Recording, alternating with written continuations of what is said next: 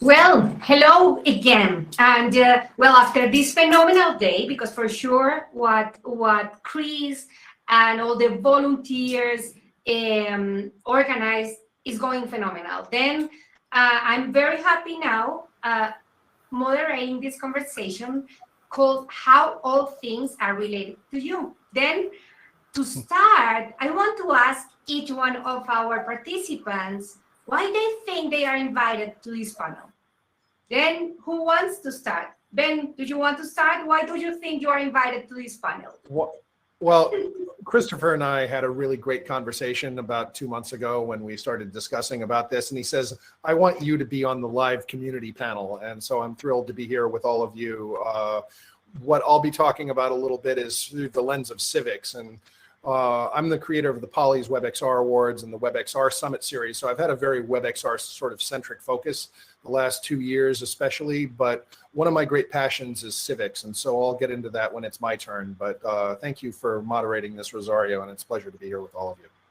No, also a pleasure. And as I was mentioning to you before, this is a topic that touched my heart, my activities, and connects with many things that I like. Then, John, do you want to follow?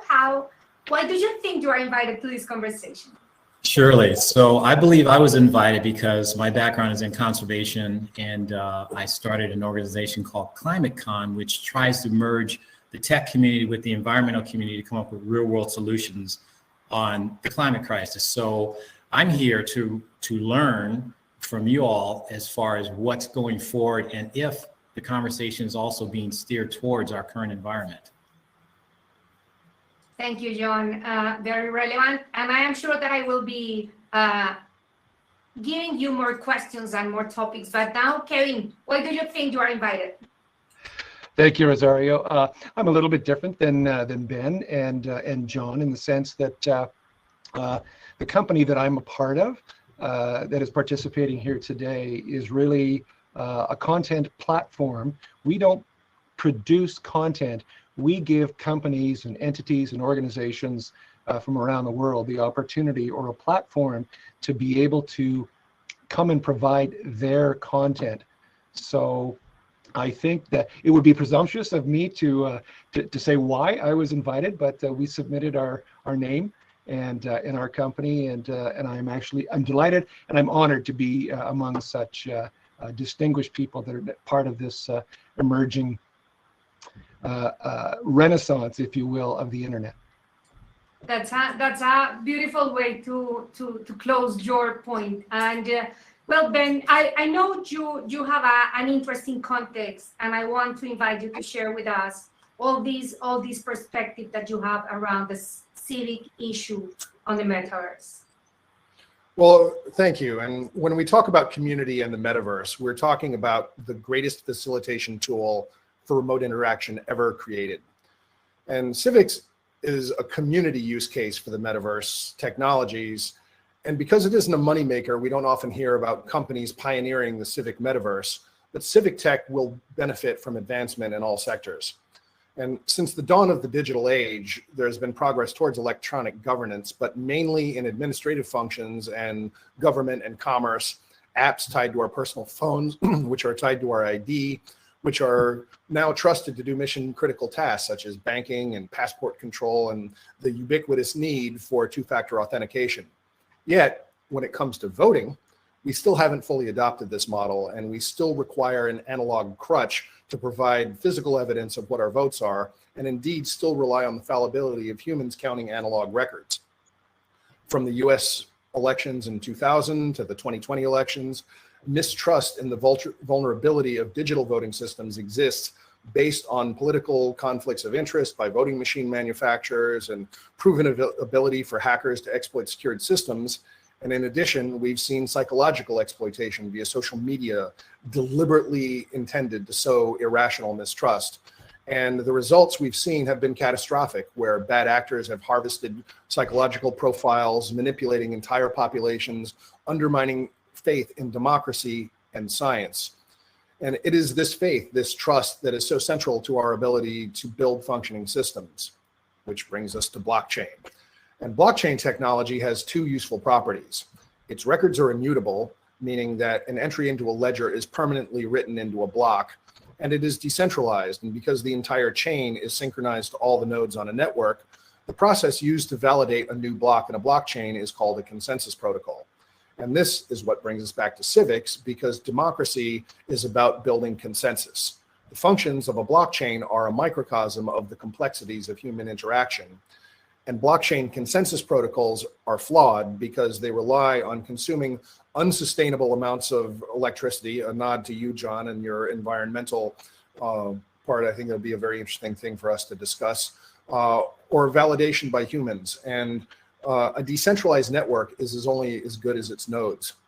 And if that high-level, overly simplified description of how a blockchain works sounds complex, it's not nearly as sophisticated as creating what is so-called a trustless system, and a system that functions independently of needing to trust a human, such as with DAOs or decentralized autonomous organizations and smart contracts. Ultimately, this means we're trying to build a non-human system that we can trust, and essentially the blockchain itself then becomes the middle person. Part of that includes, part of securing that means preventing the exploitation. And this boils down to game theory. Game theory is something that spans all fields of social and scientific disciplines, and it's way too complicated for most of us to wrap our heads around. Most of us aren't concerned with Byzantine fault tolerance or Sybil resistance. It's the domain of people like John Nash, the Nobel Prize-winning economist they based the movie A Beautiful Mind on. It's the domain of people who write consensus protocols to create trusted systems that cannot be hacked or undermined. And at the center of an individual civic engagement is the authenticity of a person representing themselves. Self-sovereign identity is the concept that everyone has the right to a verified identity, and that each individual controls how the data they are connected with their identity is shared. We as individuals, and all of us collectively as a human community, should, in an ideal world, trust the information we receive, trust the people we interact with are authentic, and trust that the information we share is genuine. But the world is not ideal, and our so-called ideals often differ. And this is the great fight of our times, to balance the utility that these digital tools give us with the required to build modernized civic institutions around. Community is a human interaction, and human interaction is complex. It's a work in progress. It can be beautiful and it can be ugly, but it's the foundation of our society. And if our intention is to build a non-dystopian future, we collectively need to be paying attention to getting the future of civic interactions right. In the past few years, we've seen terrifying examples of undermining trust in civic integrity through the use of tools we already have, let alone the ones we're trying to build. So we need to be mindful of this. We have an opportunity to rewrite the rules of how we teach and how we learn and how we interact with each other and about what. We can use the metaverse of spatial content to provide remote presence like we've never had before. We can leverage the utility of a blockchain to authenticate our transactions of all kinds. But first, let us come together to build consensus around what the shape of civic interactions in the 21st century and beyond look like, using these tools to serve humanity as intended. It is what will ensure our continued individual agency. And this is why I'm proud to have been invited to speak at Gatherverse, because I share the humanity-first approach to technical evolution. Thank you. Thank you, Erwin. And I think you talk about many topics that we will bring into the conversation again when advancing in this panel. But one of the things that I want to address from there is how we have an opportunity to create a new way to create relations, a new way to create an environment, a new way to create rules. And of course, I would like, Kevin, if you want to jump there, or John, and then I will invite Sonya to share. Who wants to share your perspective about that point of creating that new environment, those new rules, and that new way to create the relations between us? Kevin? John, go ahead. John, go ahead. Okay, so I totally agree. I wrote some notes down. I love what you said about rewriting the rules, because that was sort of the point I was going to get across too. We're talking about a metaverse, which is not subject to the rules that we're playing under. So why would we want to take these rules into that that aren't fair and aren't equitable, we have an opportunity to rewrite it and do it right. So as my background, like I said, is in conservation, but it's also in the arts and in law enforcement. And so the first time I heard the term metaverse, my mind automatically went to the physics term of the multiverse, which is a concept of multiple universes occurring at the same time, simultaneously to ours, but they don't work under the rules of physics that govern us. So when I see the metaverse, I see this little universe hovering around our world, which we can escape into. But what, like Christopher Lafayette always says, if we're going to extend reality, we have to bring reality along with it. But which version of us are we going to take there? That's the question. How are we going to set this up? Or if we're taking our own biases into it from where we start, then we're just going to get another version of what we have now. So as humans, we create tools with sort of a one-pointedness in mind, without concern of how it's affecting things, communities along the way, either positively or negatively. And then if we look back, if I can just continue on this thing, look back at our past selves, we can forgive ourselves for the things we didn't know, because we didn't have this technological knowledge we have now. We're always growing as humans, right? And so we can look back and say, all right, it was sad that they straightened this river because they didn't know it was going to cause soil erosion, or digging coal out of the ground didn't know it was going to cause health hazards to humans plus soil erosion, or taking petroleum out of the ground, putting excess methane and carbon into the air, which is basically leading to the demise of humanity and all life on planet Earth. But the current us knows that. We are aware of this. We have the knowledge, we have the technology, and yet we continue to act as if we can just set a reset button.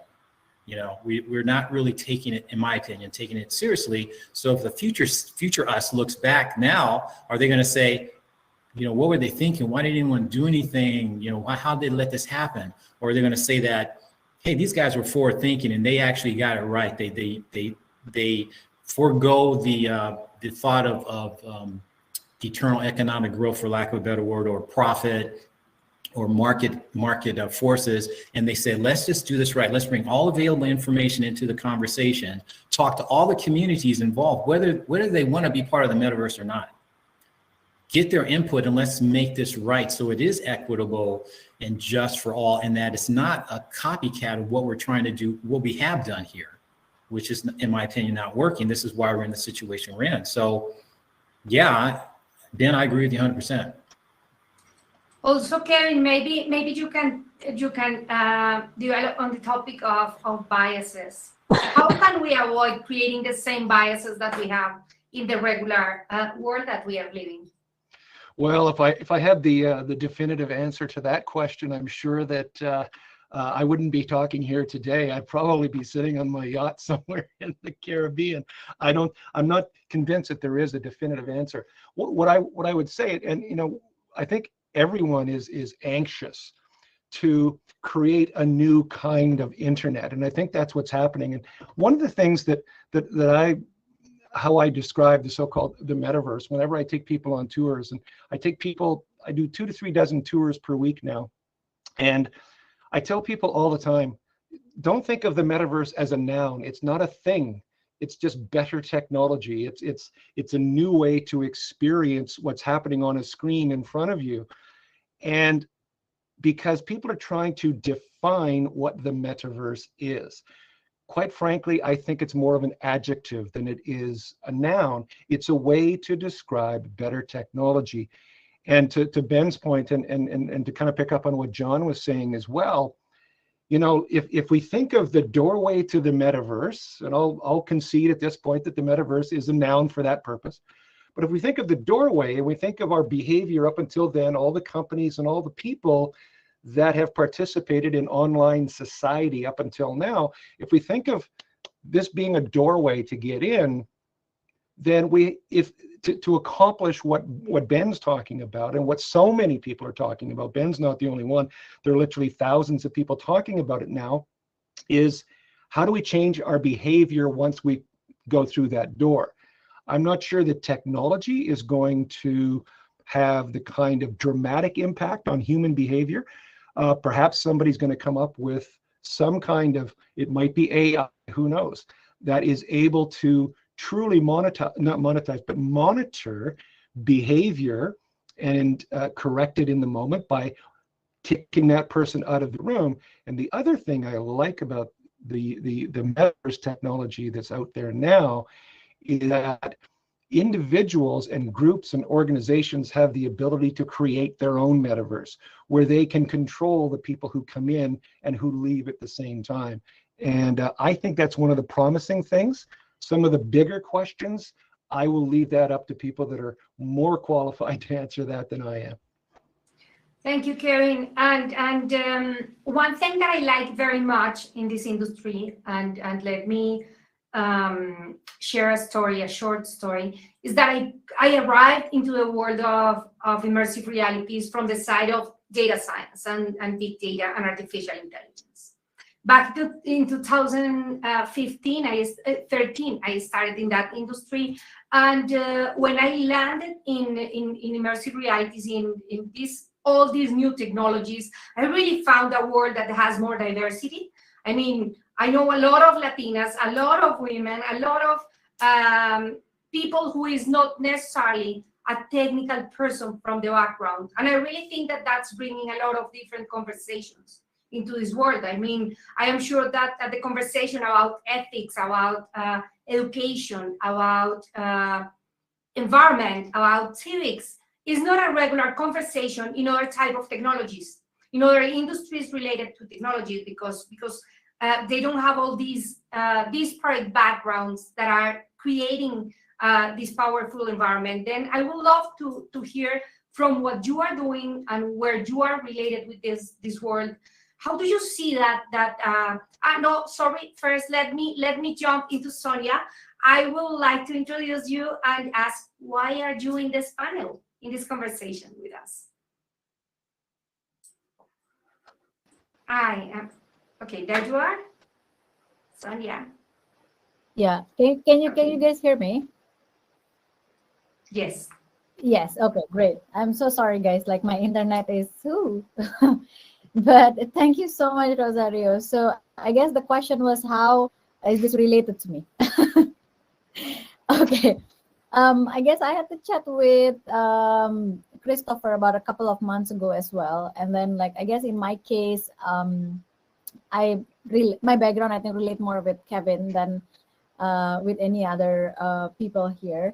It's just that I feel like why like I'm invited to this panel is because that the community that I'm building right now, which is Upwells, is like it's a creators community, which means like echoing about what Kevin was saying earlier, is that we are trying to find like the doorway to enter the metaverse right now, like through different things, like through the technology and through the people itself. And like I guess from my angle is that I personally believe that like people is the doorway to the metaverse because they are the one who creates this, and like creator definitely is like one of the most important aspect to a continued like to take the metaverse to the next level. And so that's what we focus on in Upwells, about like how might we use different creation, how might creators create different things that eventually can help humanity, like the sustainability, and like bring metaverse to the next level. And I think that's why I'm here. Thank you. No, very valuable. As you can see, we have here a conversation that has that's exactly going to my point. How do you see that these backgrounds, also intergenerationality in the industry? I mean, we are not just young people from one university. We have a lot of different backgrounds and a lot of different profiles in this industry. How do you think that this is really creating a new type of environment on technology? Who wants to add there?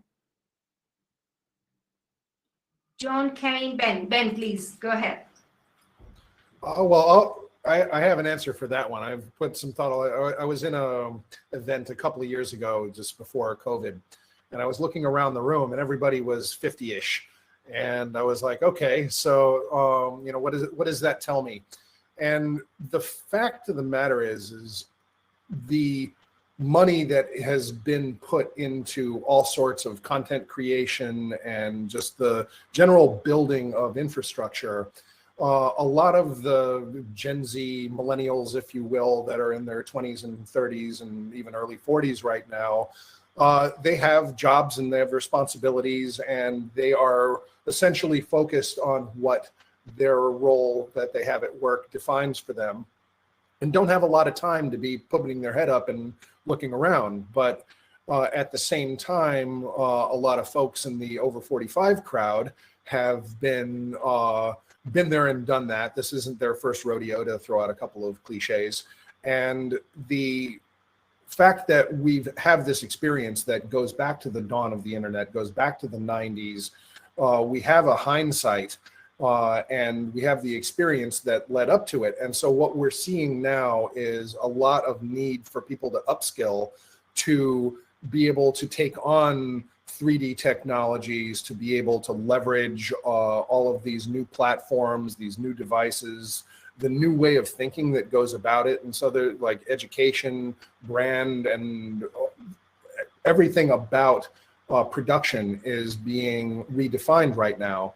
And so what we're going to be seeing over the next 2 or 3 years, as people, as their roles at work all of a sudden require this, we're already seeing vice presidents of the metaverse and so forth.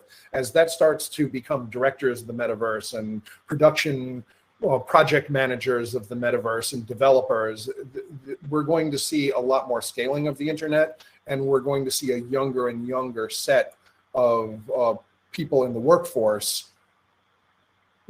involved in this technology. But it's interesting being where I'm at in my life, having had this hindsight, to be here at this particular moment, and it's very exciting. I'm sure, no, and that's great, and for sure is big part of what we are as an industry. Kevin, you were also opening the mic. You know, I love listening to Ben. I mean, he's always so thoughtful and insightful and very measured with what he says. Over the past 12 months or so, I've been a tour guide for about 500 different people from around the world, and into what I call the meta version of the internet. I toured a group from Africa that wants to deliver education, for example, to underserved parts of Nigeria and the Democratic Republic of Congo. And they see the metaverse as an opportunity to really connect teachers and students in a remarkable new way that's different and more immersive and more engaging than what the internet has provided to date. They just need to figure out a way to do it, and they know that the technology is there, so they're looking for solutions. I toured a globally recognized conservation group that specializes in educating young people about climate change on the polar ice caps. And they see the metaverse as an opportunity to reach millions more people. They've done about 20,000 students from around the world over the last 20 years, about 1,000 students per year. And they see metaverse technology, for example, where on a platform similar to ours, which is one of the things that we can do, is we can actually provide 360-degree video of an Arctic expedition that could be recorded. So imagine having people that you've recorded on film in a 360-degree immersive environment, and have students from around the world literally walk inside of that video and look in 360 degrees. But what's really cool about the metaverse technology that's there is the people that actually filmed, that were in that film, can also attend inside that video as an avatar. So the conversations that are happening now, I think, are driven by brand new principles and brand new objectives, like the ones that Ben talked about and the ones that John is so passionate about. And then you've got people like Sonya that are creating worlds that are going to be able to serve that appetite. So I think that what's happening, you can tell I'm like Ben, I'm not 20 years old, but I feel like I'm 20 when I'm involved with this technology. And it's it's an honor actually to be a part of it in some small way. Thank you. No, I love that. And for sure, we are all in some way adding to this world of immersive realities and metaverse, because of course we are bringing our specialities from the prior life, let's say prior career, into a new way to create worlds, to create connections, to take actions. John, do you want to add there? Yeah, Go ahead. so to take on what Kevin was saying, and Ben, about 10 years ago, I had this idea, and I'm not the only one, but to create a virtual school. I called it virtual world, where kids from, let's say, developing nations like Africa or Nepal, which I work at on this Tiger project, that they could actually go to school with their little avatar. I didn't call them that back then, and then actually go in this virtual school with real teachers and interact and become educated, because education is the key to a healthy society. That's it. The more you're educated, the more you know, the more ignorance is sloughed off. And so I see that as a plus, and I hope that's the direction we go in, as opposed to the commercials I'm seeing that Meta's putting up about basically consumerism, and I'm not really in with that. I mean, he doesn't market it that way, but that's kind of what I think his underlining motive is consumerism. Also, I see an opportunity, getting back to the Arctic world that you were just describing. The reason climate change is not as important in most of our minds, I mean, we all know about it, but it's really not like a COVID-19 where you can get sick and it's urgent. Someone that may have died of COVID-19, but you can't pinpoint someone who's died of climate change. And yet, the majority of people who have passed away probably had some climate-related illness, if you know what I'm saying. So in these new immersive worlds, instead of forgetting the world we're in now, bring that into the metaverse and allow people to go in those immersive environments to actually feel and see and go to the Antarctica or go to the Arctic and see a glacier falling and seeing the runoff from Antarctica and knowing how the Arctic, the conveyor belt, when it slows down, what will happen. And then this immersive world, you can actually feel it. Now you're a part of it, as opposed to you living in Southern California where this is happening somewhere else out in the world that's not affecting you. But I think if you're there immersed in it, you develop a new sense of appreciation that, oh, this is real and it does affect me. So I'm all for that as far as the metaverse going, to educate people on what's real in our universe, and so that we can fix it, so we can have a more enjoyable time in the metaverse. Thank you, John. And also there is an interesting point that somebody is mentioning in the chat, and it is that with longevity, we are expanding and extending the age to reinvent your new career. I mean, education will be completely changed in all the terms, the way we are teaching skills, the way we are creating the educational system, but also there will not be anymore just a moment where you learn as today, that when you are a child, you are going to school. No, we will need to stay learning new things and new skills like our entire life, and it will be longer every day. Then that's also an interesting opportunity. Sonia, please, you want to add there? Yeah. I guess like to top up like the education part of this, it's very interesting that we started to see like a lot more people, not only those with an education background, but those people who are actually interested in education, started building like all these like different creations to adapt to the education for the metaverse. Like couple of months ago, we got like this one builders within like the community who got very interested in language learning. And so he got an idea about like, okay, how might I create like different like virtual worlds that caters different language teaching in the world.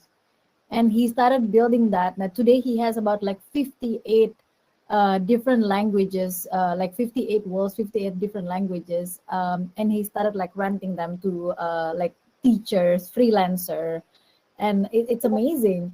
I mean, this person doesn't even have like he's not actually a teacher, but he has like a personal like interest with it, like for education. So I personally see a lot more people are going to like get involved within like this industry, even though they don't have the background. They might not have like technical background or anything, but that's what we see, like kind of like moving forward, and very interesting to see that.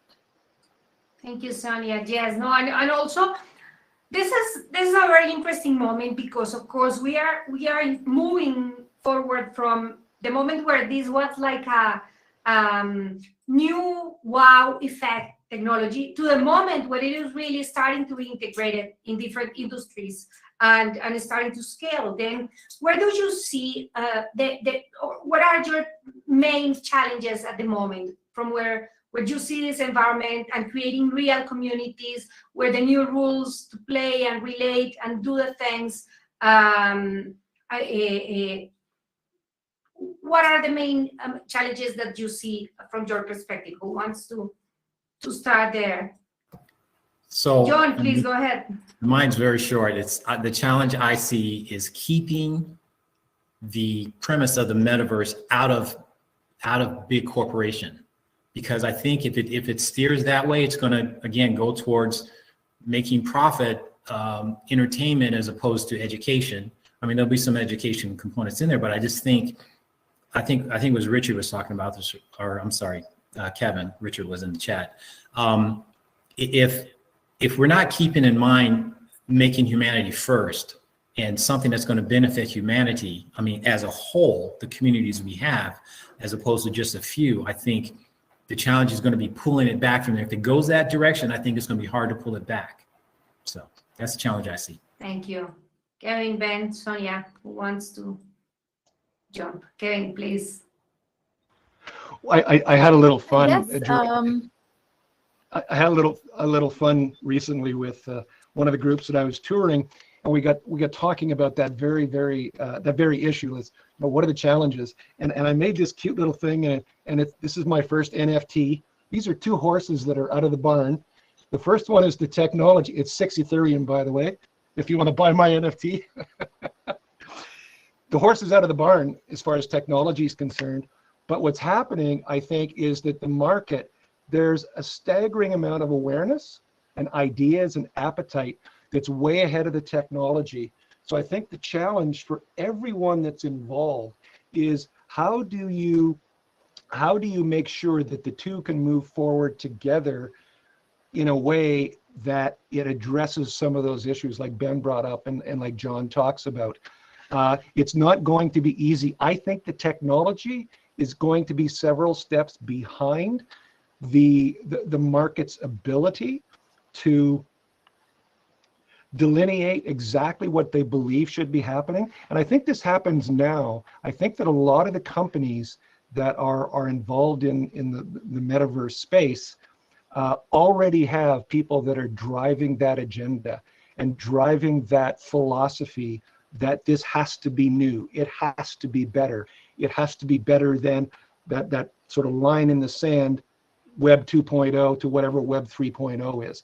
That's the easiest way to explain it. And again, I think that, the biggest challenge is satisfying a market that has a hyper awareness of what's going on with the technology because of their experience over the last 10 to 15 years.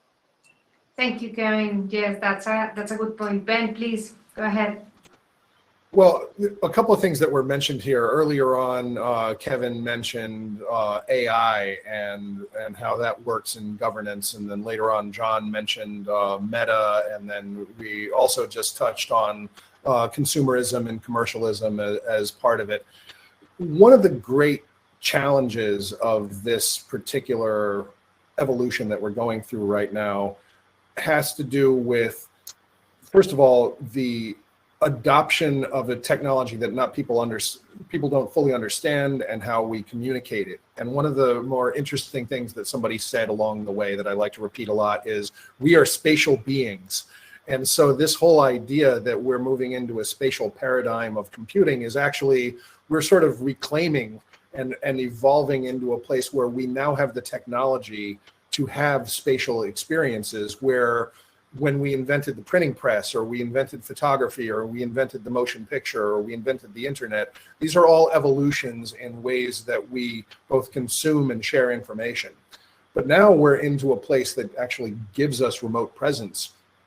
And just to circle back on what those points that Kevin and John made earlier meant to me is that, first of all, when it comes to AI and the sort of censorship mechanisms that we have built in. So like take Facebook as an example. Facebook has a very robust AI to enforce its community standards. And whether or not you may agree with a particular community standard, such as nipples versus something else that may actually offend you, one thing that goes back to my mind very early in the dawn of social media was in Iran during the Green Revolution in 2009. I was awake on a Saturday night, and they posted a picture of a woman named Neda who died right there on social media, and it was an extremely powerful image that just completely shook me. And they later on made a documentary about this, and then later on during other wars and incursions in various places, you would see activists out there on the street doing what's called surveillance, which is the opposite of surveillance, which is a form of civic tech where you're actually out there being a citizen, taking pictures, documenting things, and then sharing that with the world. The mechanism of censorship that happens as a result of it, Facebook actually outsources entire farms of people to review this content that like millions of pictures are being taken every day. And there are people who are actually made sick by what they actually see people doing out there. So there, on one hand, it's a good thing that we're being protected from this information. And on the other hand, we have to question that these standards that are being enforced, whether, take disinformation as an example, whether it be COVID disinformation, political disinformation, whichever side of that you land on, it's still what's under attack there is the truth. And if you're not allowing somebody to see a picture that was taken by an activist in the street, that's hiding the truth. And if you're uncomfortable with something, then you can see it. But it's this definition, this ambiguous definition of what a community standard is sort of at the core of what we need to be looking at collectively as a community as we define a civic future. And so I could go on, but I think my turn is up there. But I wanted to bring to light that sort of aspect of how a lot of these things are already outside of our control, and we need to be looking at that as we move into a spatial medium. Sonya, thank you. And Sonya, please, you want to add there? Yeah, actually, I was gonna add to what John was saying about like how we need to make sure that the big company is not hogging like the entire ecosystem that makes everyone kind of feel like trapped within. And I feel that that's the reason why we are we have communities right now that when we actually pair them up with the right business models, we are actually building, we're shaping them for an independence to survive within this industry, this new industry.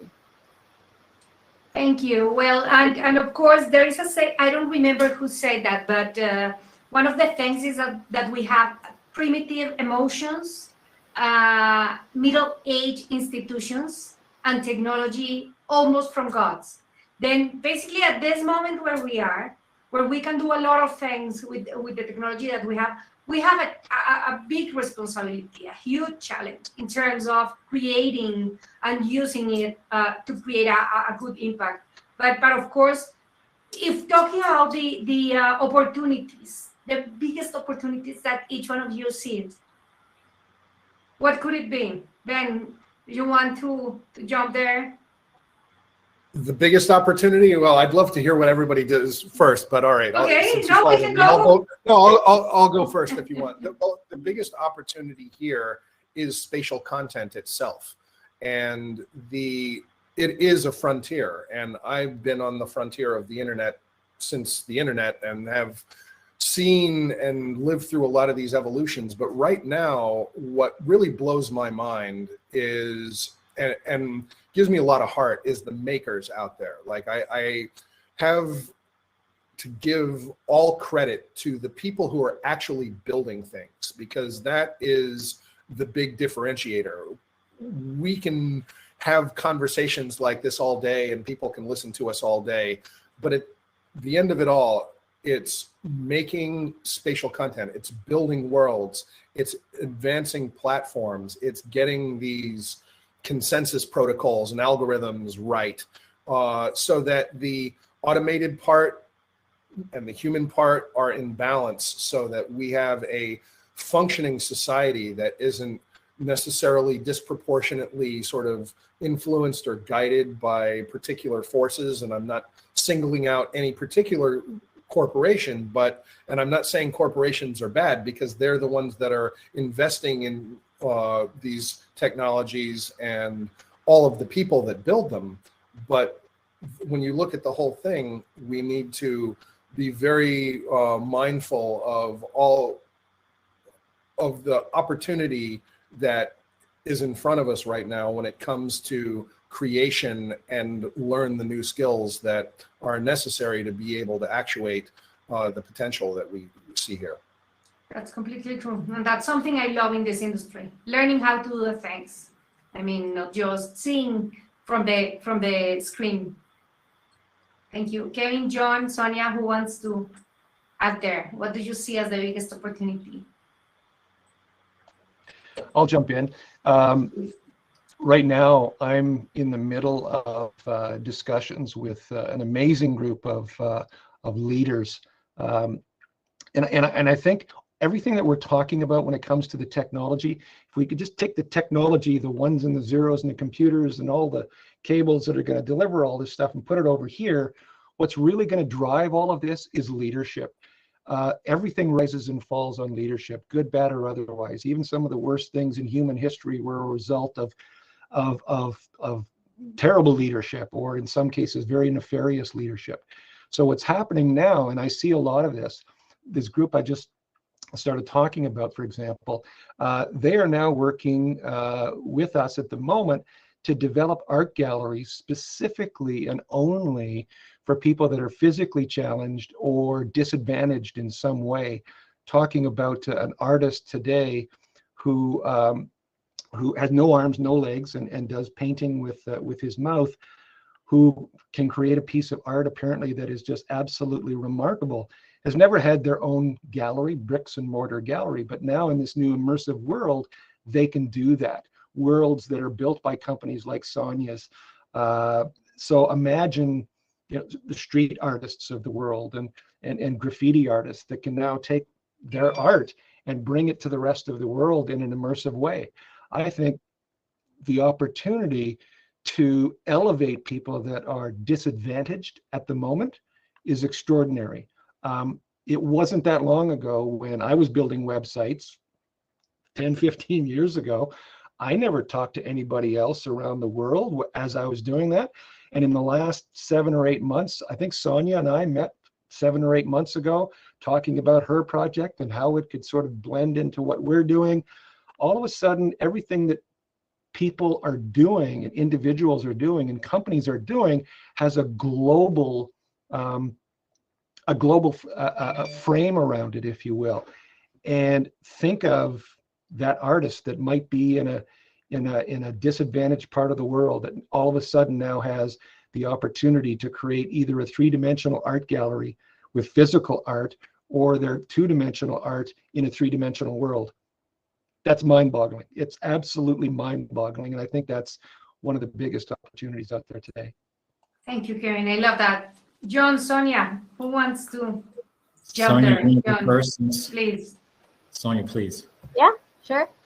I guess like one of the biggest opportunity that I personally feel is entrepreneurship. Whatever we have right now here, like it's not only close to people who have like technical background, people who have design background. Like it literally could be like anybody. Like if there's anything that we see like within like the Upwells community is that people have like come from diversity of backgrounds. They're doctors, they're um, construction worker, they're architects, they are designers. Like they come from like so many different backgrounds, which you would have never thought that probably these people are going to be the one who built like this different walls to cater like different activities. Some of them don't even have like design background, but it they basically learn how to do this together, and like with the current skill that they have like within like the 2D worlds, they try to bring that into the metaverse. And they started kicking off a little bit of like some creators economy bit by bit, like different types. And I feel that this is going to open a lot more doors for entrepreneurship, because like let's face it, like post COVID, like a lot more people even like they refuse to go back to work like on a 9 to 5 work. And I feel that the metaverse is going to be like one of the places where people go and like come in to seek for that opportunity. Thank you, Sonia. Yes, sure. And also the opportunity to create jobs, new income and revenue sources, for sure. John, please. So for me, a couple of points. One, I was a student exchange ambassador in high school back in 1975, and so I got a trip to Japan, and that trip opened my eyes to that there was another world out there. Because believe it or not, the world was much smaller back then. We didn't have access to what we have now, and you had these preconceived notions of how people were, what they did, and the whole point of that exchange program was to open you up to the possibilities, how other people are and how they live in their cultures, etc. So I kind of see this new metaverse as doing that, allowing us to expand and reach more people, and allow, as I think Kevin was saying, allow their voices to be heard, because there's a lot of brilliant people out there that we don't even know about because they don't have access to us, and vice versa. So I see that as a definite plus. I also see the fact that we can take things we do in the real world into the metaverse and work things out in a scientific way. For instance, like we have the capability of mapping where methane gas leaks are around the world, whether it's natural or in refineries. We can take simulations of elephants on what they do, go in there and see what the probability of them is going to this water hole versus that, et cetera, et cetera. And so I see that as a way for scientists not having to spend a lot of money and time on the ground when they can work this out in this virtual environment. So I see it as a big plus. On the negative side, I see, like with all things, people trying to take advantage of all this stuff and steering us in the wrong direction. And that's kind of what I want to avoid. Thank you, John. Well, unfortunately, time is going out. But just before we are closing, I want the 3 words with the ones the audience should go to home today. I mean, the 3 last words that you want to mention before we are closing and saying, see you tomorrow. Then, Ben, please, your 3 words. Great job, Rosario. That was easy. Those are my 3 words. Great job, Rosario. Thank you. Thank you. Mine would be tread lightly. Tread lightly. Tread lightly. Kevin, yours? Enjoy the journey. I love that. Thank you. And Sonya? I second that. That's a good one. Join the communities. Join the communities. Thank you very much. And well, for the audience, please follow all these people, not just at this panel, all the ones who are talking at the event. Connect with the others through the chat and exchange connections, because that's the only way we can really build community. Then thank you and have a good afternoon. Bye, everyone. Thanks, Everybody.